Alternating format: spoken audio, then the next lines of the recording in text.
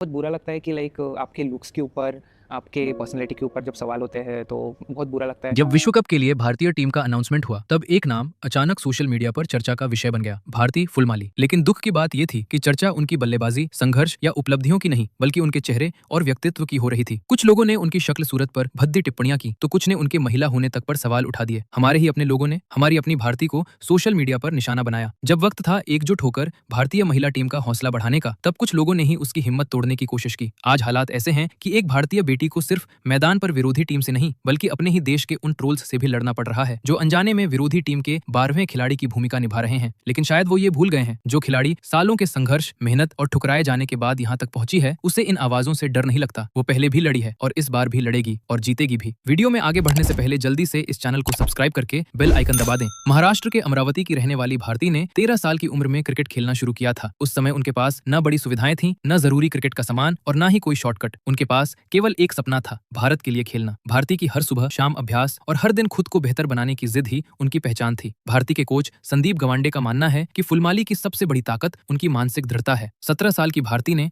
धीरे धीरे विदर्भ क्रिकेट में अपनी जगह बनाई और अपनी विस्फोटक बल्लेबाजी के कारण विदर्भ की लेडी गेल कहलाने लगी। लेकिन सफलता का रास्ता कभी सीधा नहीं होता। घरेलू क्रिकेट में लगातार अच्छा प्रदर्शन करने के बावजूद भारती को लंबे समय तक वो पहचान नहीं मिली जिसकी वे हकदार थी। आर्थिक चुनौतियां थी, सीमित अवसर थे और राष्ट्रीय टीम में जगह बनाने की कड़ी प्रतिस्पर्धा भी। 2019 में भारत के लिए डेब्यू करने के बाद वे टीम से बाहर हो गईं और फिर लगभग 7 वर्षों तक वापसी के लिए संघर्ष करती रहीं। कई खिलाड़ी ऐसे दौर में हार मान लेते हैं, लेकिन भारती ने नहीं। उन्होंने अपने खेल पर भरोसा रखा और लगातार मेहनत करती रहीं। फिर आया वो समय जब उनकी मेहनत रंग लाई। महिला प्रीमियर लीग में उन्होंने अपनी ताकतवर बल्लेबाजी से सबका ध्यान खींचा और राष्ट्रीय चयनकर्ताओं को फिर से प्रभावित किया। आखिरकार उन्हें एक बार फिर भारतीय टीम में मौका मिला। ये सिर्फ चयन नहीं था बल्कि वर्षों के संघर्ष, धैर्य और आत्मविश्वास की जीत थी। भारती की कोच संदीप गवांडे का कहना है कि भारत को एक अच्छे फिनिशर की जरूरत है और भारती इस भूमिका के लिए सबसे उपयुक्त है। लेकिन जैसे ही उनका नाम विश्व कप टीम से जुड़ा, सोशल मीडिया पर एक अलग ही बहस शुरू हो गई। लोग उनके खेल की बजाय उनके रूप रंग पर टिप्पणी करने लगे। कुछ टिप्पणियां इतनी अपमानजनक थीं कि किसी भी व्यक्ति का मनोबल टूट सकता था। बाद में भारती ने स्वयं स्वीकार किया